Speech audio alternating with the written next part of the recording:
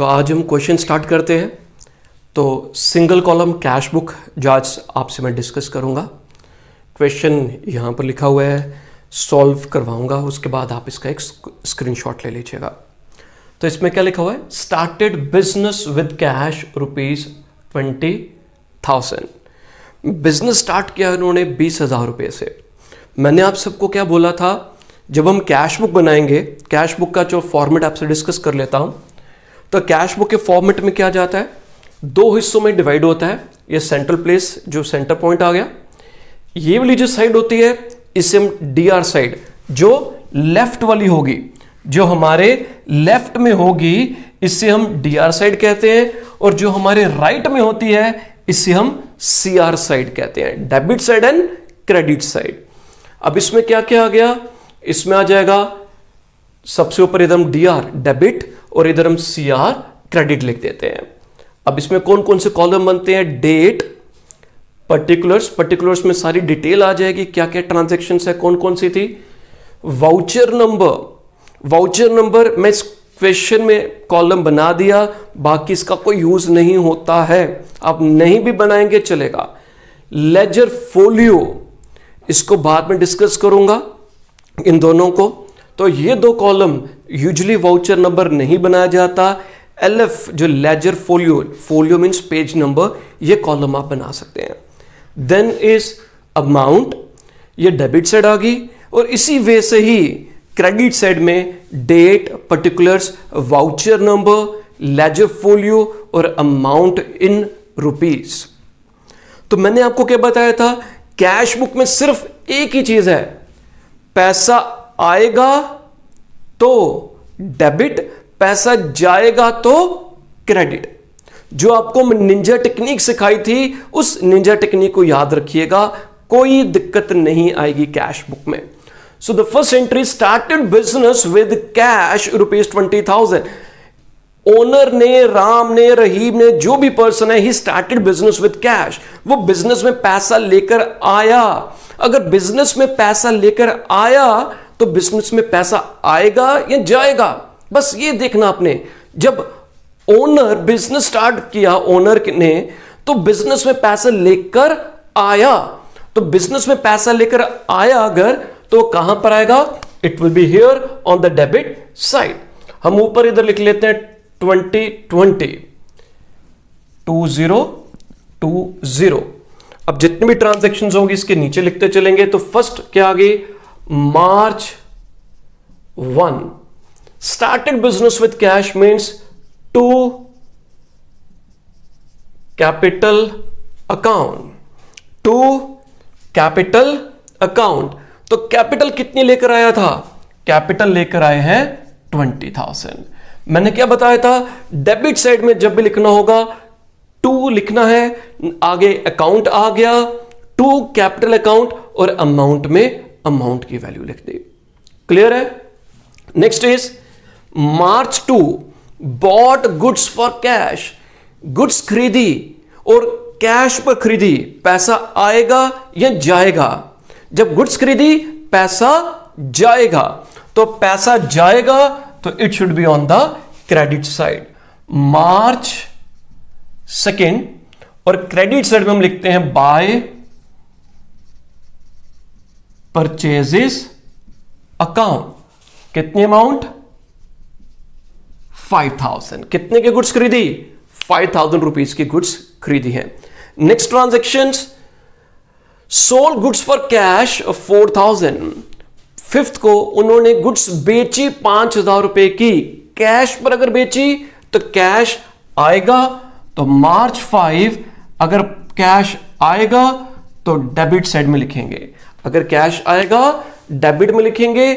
To sales account, अगर goods खरीदी बेचने के लिए, परचेज वर्ड, और जब इन गुड्स को बेचेंगे तो सेल्स अकाउंट आ जाएगा 4,000। Next is goods purchased from Ravi. हमने गुड्स किससे खरीदी है, रवि से गुड्स खरीदी है।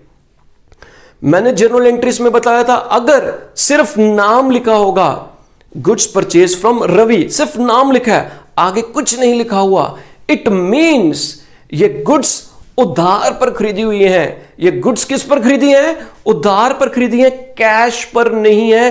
अगर नाम लिखा होगा, अगर लिखा होता goods purchase from Ravi for cash, अगर लिखा होता goods purchase from Ravi for cash, then इसे हम कैश की परचेजेस मान लेते। But here only name is mentioned and nothing else, तो इसे हम उधार की एंट्री मानेंगे। और उधार की एंट्री के लिए कैश बुक में कोई जगह नहीं है, तो इसके लिए रूल आ जाएगा, हमारे अंगने में तुम्हारा क्या काम है। तो उधार की ट्रांजैक्शंस हम कैश बुक में नहीं लेंगे, हमारे अंगने में तुम्हारा क्या काम है, तो उसको यहां पर नहीं लिखेंगे। इसके बाद 13th को पेड टू रवि 7,000, रवि को पे किया। कब पे किया? 13th को, तो क्या आ जाएगा? मार्च 13 रवि को पे किया by Ravi. You can write by Ravi, account नहीं लिखना। और अगर अकाउंट लिखना है, मन कर रहा है, तो अपोस्ट्रोफी एस बाय रवि's अकाउंट, अपोस्ट्रोफी एस लगाकर लिख सकते हैं। How much money we have paid to Ravi? We have paid rupees 7,000। How much money? 7,000। 15th में कैश सेल्स 8,000, पैसा आया। अगर पैसा आएगा तो डेबिट में लिख दिया, to sales account 8,000 rupees. Purchase furniture for office, office के लिए फर्नीचर खरीदा। तो ये जो परचेज फर्नीचर, फर्नीचर किसके लिए खरीदा? बेचने के लिए नहीं खरीदा, ऑफिस के लिए खरीदा, लॉन्ग टर्म यूज के लिए खरीदा। तो ये हमारे लिए एसेट बन जाएगा। ये हमारे लिए क्या बन गया? एसेट है। पैसा आया या गया? पैसा गया। अगर पैसा गया तो 18th की ट्रांजैक्शन आ जाएगी bye furniture account, bye furniture account 6,000। बच्चों को अक्सर यहां पर कंफ्यूजन हो जाती है कि सर यहां पर भी, इधर चलो बॉट लिखा, अगर लिखा होता परचेज गुड्स, इधर भी आ गया purchase excuse me purchase furniture, तो कहते हैं कि यहां पर भी परचेज वर्ड लिखा, यहां पर भी लिखा, इसके लिए आप परचेजेस लिख रहे हैं और इसके लिए आप फर्नीचर वर्ड लिख रहे हैं। तो अंतर क्या आ गया? ये गुड्स खरीदी बेचने के लिए और ये लॉन्ग टर्म यूज के लिए। ये गुड्स है और ये एसेट बन जाएगा। पेड वेजेस, अब इसमें मैं क्वेश्चन में अगर थोड़ी सी तब्दीली कर देता हूं, paid wages to Rahim, paid rent to John. हमने वेजेस किसको पे की? हमने वेजेस पे की रहीम को, हमने रेंट पे किया जॉन को, कमीशन रिसीव की हमने शाम से। तो कोई भी फर्क हमें नहीं पड़ेगा, हमें कोई भी फर्क नहीं पड़ेगा। पेड सैलरी इधर लिख दिया हमने, अगर शाम को हमने कोई सैलरी पे की, हमने शाम को कोई सैलरी पे की, तो इधर क्या होगा? पेड वेजेस टू रहीम। मैंने आपको क्या बताया था? अगर कोई खर्चा लिखा होगा और खर्चा जिसको दिया है उसका नाम भी लिखा होगा, हमने नाम को इग्नोर कर देना है, हम सिर्फ खर्चे का नाम लिखेंगे। वेजेस पे की, पैसा गया, वेजेस पे की तो पैसा चला गया, 20 को लिखेंगे by wages account, by wages account. चाहे रहीम को पे की हो, करीम को पे की हो, किसी और को, कोई फर्क नहीं पड़ता, it hardly matters. Paid rent to John, पैसा गया, तो क्या खर्चा था? रेंट था, हम रेंट का नाम लिखेंगे bye rent account 400।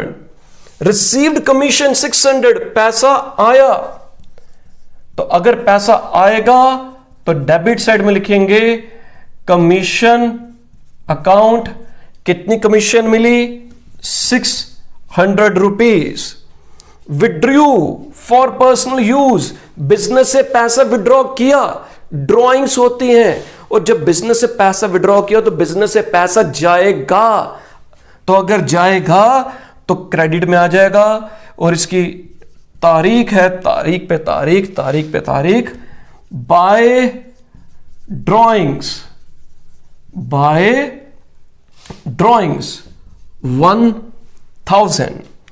Paid salary to Shyam, हमने किसको सैलरी पे की? श्याम को पे की बाय सैलरी अकाउंट 900 रुपी। पैसा आएगा डेबिट में, जाएगा क्रेडिट में। तो इसके बाद अब जो नेक्स्ट आ जाएगा, इससे हम बोलते हैं बैलेंसिंग। लेजर में भी आपको मैंने समझाया हुआ है बैलेंसिंग का, बैलेंसिंग कैसे की जाती है। तो बैलेंसिंग में क्या आ जाएगा? डेबिट साइड अगर सिर्फ कैश अकाउंट है, सिर्फ कैश अमाउंट लिखा है इधर, ये कैश बुक में सिर्फ कैश से रिलेटेड ट्रांजैक्शंस थी, तो कैश में हमेशा डेबिट साइड ज्यादा होगी, ये साइड ज्यादा होगी और ये वाली साइड कम होगी। मेरे पास अगर 500 रुपीज है, how much money I can spend at the most, maximum कितना स्पेंड कर सकता हूं? I can not spend more than 500। तो मैं 500 या उससे कम ही खर्च करूंगा। तो मेरे पास अगर यहां पर पैसा कम है तो यहां पर खर्च मैं ज्यादा नहीं कर सकता। जब हम बैंक का कॉलम बनाएंगे तो बैंक में ये साइड बड़ी हो सकती है, ये कम हो सकती है, ये वाली साइड बैंक में ज्यादा हो सकती है, ये कम हो सकती है। बैंक में वो आगे डिस्कस करेंगे। तो बैलेंसिंग में क्या होगा, आप और इसको डबल लाइन से ऐसे क्लोज करते हैं नीचे और नीचे डबल लाइन से। आपने क्या करना है, आप सबसे पहले टोटल कर लीजिए डेबिट का, इसका टोटल कर लीजिए, कितना इसका आइटम्स है, तो इनका टोटल कर लेंगे। तो क्या क्या आइटम्स है? 20,000 20, 4,000, 8,000 एंड 600। तो 32,600 क्रॉस चेक कर लीजिएगा, इतनी अमाउंट आ रही है 32,600, 20,000, 4,000, 8,000 एंड 600। और इस टोटल को आप इधर लिख देंगे 32,600। ध्यान दीजिए जो बता रहा हूं, ये साइड बड़ी होगी कैश बुक में, कैश में इस साइड का टोटल किया, इधर लिख दिया, इसी के टोटल को हमने इधर लिख दिया।